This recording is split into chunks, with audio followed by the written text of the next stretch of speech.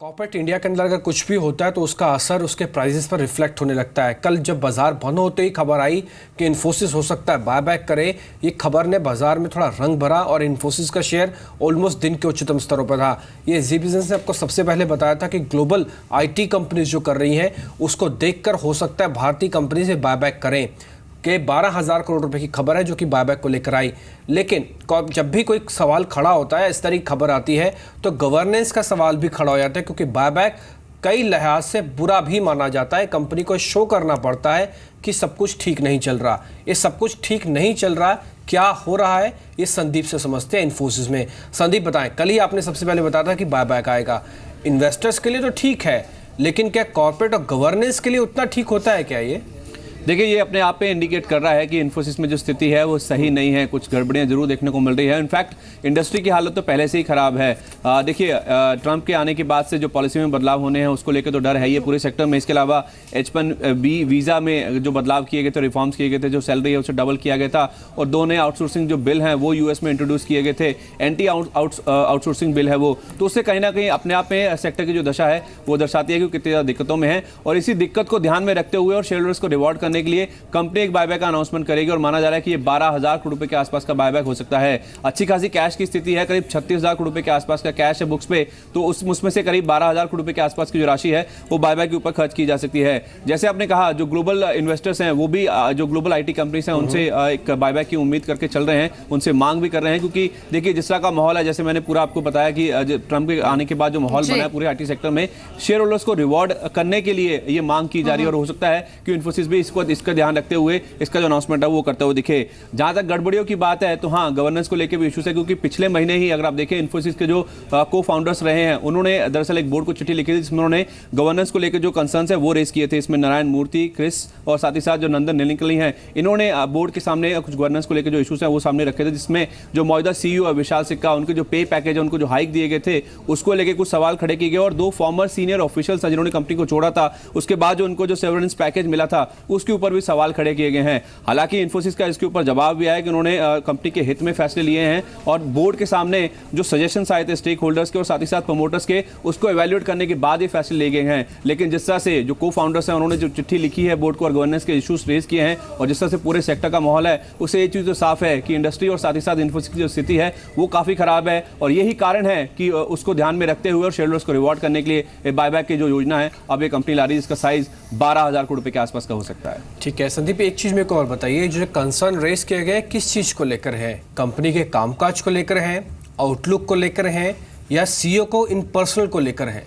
देखिए, CEO विशाल सिक्का और साथ ही साथ जैसे मैंने कहा जो 2 फॉर्मर ऑफिशियल्स हैं जिन्होंने कंपनी को छोड़ा है, इनके पे पैकेज को लेकर जो कंसर्न्स हैं वो रेज किए गए हैं। देखिए, CEO जो है मौजूदा विशाल सिक्का, इनके जो पे पैकेज है उसको इंक्रीज किया गया था, उसमें कुछ जो भत्ते हैं वो शामिल किए गए थे, उसको लेकर फाउंडर्स खुश नहीं। और साथ ही साथ जो 2 फॉर्मर ऑफिशियल्स हैं उनको एक बड़ा पैकेज दिया गया था जब वो कंपनी से छोड़ के गए, तो एक सेवरेंस पैकेज का अनाउंसमेंट हुआ था, उसको लेकर फाउंडर्स खुश नहीं है, जिसके कंसर्न उन्होंने रेज किए हैं।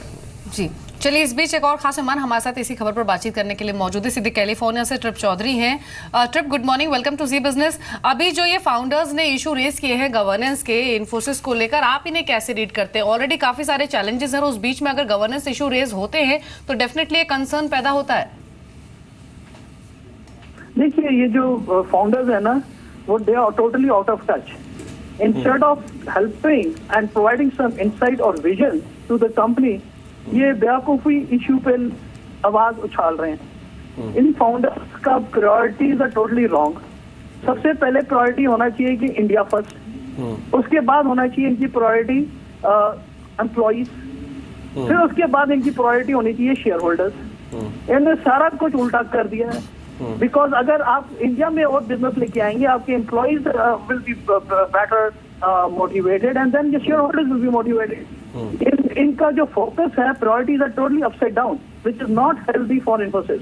आई don't think Infosys founders should be saying anything, because इन्होंने जो काम किया था 6-7 साल पहले, दैट्स इट। इन्होंने कोई day before, once upon a time they did lot of good work. इनसे पूछिए कि इन्होंने पिछले यस्टरडे क्या काम क्या किया IT सर्विसेज के लिए या टेक्नोलॉजी सेक्टर के लिए, कुछ भी नहीं।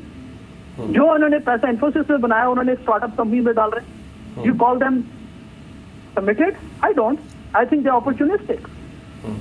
अच्छा ट्रिप, ये बात तो ठीक है, चलिए ठीक है, जो फाउंडर्स मेंबर्स थे हो सकता है आज के आउटलुक के साथ तो ना मैच कर पा रहे हो, लेकिन क्या विशाल सिक्का के अभी जो कामकाज को लेकर जो भी आपने देखा, जितना भी व्यू देखा, आपको लगता है कि वो ठीक है, वो सही काम कर रहे हैं?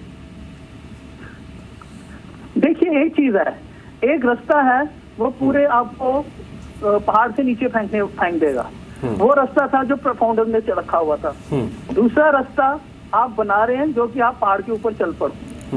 One is a sure path to destruction, other is a hope for revival, that Vishal Sikka. जो निकम्मे लोग होते हैं वो क्या करते हैं, किसी के कर्व पे राइड करते हैं, it's called you ride a curve. जो एंटरप्रेन्योर लोग होते हैं वो अपना कर्व बनाते हैं, उस कर्व को फिर ऑन करते हैं, that's Vishal Sikka. It's bold, broad and big vision, and to execute on it you really have to have an A class board of directors। आप मुझे बताइए इन्फोसिस के 6-7 लोग हैं जो बोर्ड ऑफ डायरेक्टर्स में, आप मुझे एक भी बताइए कि उनमें से एक भी बंदे के पास इनसाइट या फोरसाइट है। कंपनी डूबी जा रही है, इंडस्ट्री चेंज होती जा रही है, इनसे पूछिए बोर्ड ऑफ डायरेक्टर्स ने किया कुछ भी नहीं।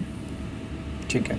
अच्छा ट्रिप, एक चीज़ और बताइए, जो भी फाउंडर्स मेंबर्स ने कहा, ये आपको लगता है इतना गंभीर है कि बोर्ड को इसको वापस बैठना पड़ेगा, समझना पड़ेगा, ये डिस्प्यूट बड़ा भी हो सकता है, ये सिर्फ ये एक तरीका वाद विवाद है जो कि अब सेटल हो जाएगा? पहले तो this is not an issue to be raised. Okay, मुझे तो ये लगता है there something, there is some fire somewhere, we are only seeing the smoke. I think Vishal may be leaving, I am not too sure, but you know there is something more bigger than that. The founders ने जो issue उठाया है ना, it's totally meaningless and non event. There is more big issues that Infosys has to tackle. They have to reinvent themselves. There are the issues of visas. They should be throwing some insight into how to redo the business if they really believe they are so smart. They are not. They are just finding some scapegoat to put a blame on. And they are putting it probably on the few people and on the compensation package. That's not the difference. वो कुछ भी नहीं है। आपका customer गायब हो रहा है तो उसके ऊपर आप ये, I mean this is useless conversation basically. Founders are undermining their own capabilities basically. जी चलिए, शुक्रिया ट्रिप, आपने समय दिया जी बिजनेस को, अपने व्यूज आपने शेयर किए। तो ट्रिप का मानना ये है कि ऑलरेडी बहुत सारे चैलेंजेस है इन्फोसिस के सामने, उनको रिजॉल्व करने की ज़्यादा ज़रूरत है, और वो मानते हैं कि जो भी ये इश्यूज रेज किए गए हैं फाउंडर्स की ओर से, ये शायद यहाँ से और एग्रावेट नहीं होंगे। इन्फोसिस पर एक्सपर्ट कमेंट्स लेंगे, लेकिन उससे ठीक पहले फटाफट से जान लेते हैं आज के टॉप 10 ट्रेडिंग कॉल्स पूजा से। बताइए पूजा। बोनांजा पोर्टफोलियो के कॉल से शुरुआत करते हैं। इन्होंने मैरिको में खरीदारी करने की राय दी है। कल भी एक अच्छी रैली स्टॉक में देखने को मिली थी और आज भी इनका मानना है कि 275 के लेवल्स देखने को मिल सकते हैं और 263 का स्टॉप लॉस आपको लगाना है। इसके अलावा माइंट्री में इनका अगला कॉल आ रहा है, यहाँ पर उन्होंने बिकवाली की राय दी है। 438 तक के लेवल्स की गिरावट स्टॉक में देखने को मिल सकती है और 462 का स्टॉप लॉस लगाकर चलने की राय होगी। इन्वेस्टर पॉइंट ने BPCL में खरीदारी करने की राय दी है। 740 के लेवल्स स्टॉक में देखने की उम्मीद है और 707 का स्टॉप लॉस लगाकर चलने की राय। और दूसरे कॉल में इन्होंने BAL में बाय कॉल दिया है 1600 के टारगेट के लिए। 1559 का स्टॉप लॉस लगाकर चलने की राय होगी। अगला कॉल लेते हैं प्रेसिशन इन्वेस्टमेंट्स। इन्होंने कल्याणी स्टील्स में खरीदारी करने की राय दी है। 366 के लेवल्स स्टॉक में इंट्राडे में आज देखने की उम्मीद है। 41 का स्टॉप लॉस लगाकर चलने की राय होगी। और कजारिया सिरेमिक्स में इन्होंने खरीदारी करने की राय दी है। 628 के टारगेट के लिए 591 का स्टॉप लॉस लगाकर चलने की राय। चॉइस ब्रोकिंग ने केसोराम में खरीदारी करने की राय दी है। 162 के लेवल्स आज के कारोबारी सत्र में देखने को मिल सकते हैं और 149 का स्टॉप लॉस लगाकर चलने की राय है। और इनके दूसरे कॉल में इन्होंने क्रॉम्पटन ग्रीस में खरीदारी करने की राय दी है 200 के टारगेट के लिए और 190 का स्टॉप लॉस यहाँ पर लगा के चलने की राय होगी। आखिरी में इन्होंने मानस जायसवाल ने टोरेंट पावर में खरीदारी करने की राय दी। आज काफ़ी सारी जानकारी स्टॉक में बुलिश है तो इस स्टॉक पर ध्यान देना होगा। 220 के लेवल्स देखने को मिल सकते हैं आज इस स्टॉक में। जी शुक्रिया पूजा आपका। तो ये 10 ट्रेडिंग कॉल्स, एक और ट्रेड जान लेते हैं जो हर रोज हम आपको बताते हैं, यानी टुडेज ट्रेड।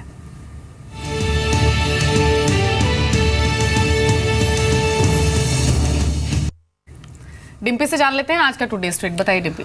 आज के शेयर नोसिल पे आप नजर रख सकते हैं। एक्चुअली केमिकल वाली कंपनी है, यूजुअली रबर केमिकल बनाती है और इस स्पेस के अंदर हमने देखा है कि मूव काफ़ी ज़्यादा है, क्योंकि अगर इंडस्ट्रियल ग्रोथ बढ़ेगी तो कहीं ना कहीं नोसिल का जो ये पर्टिकुलर सेगमेंट है ये काफ़ी तेज़ी से ग्रो करके आएगा।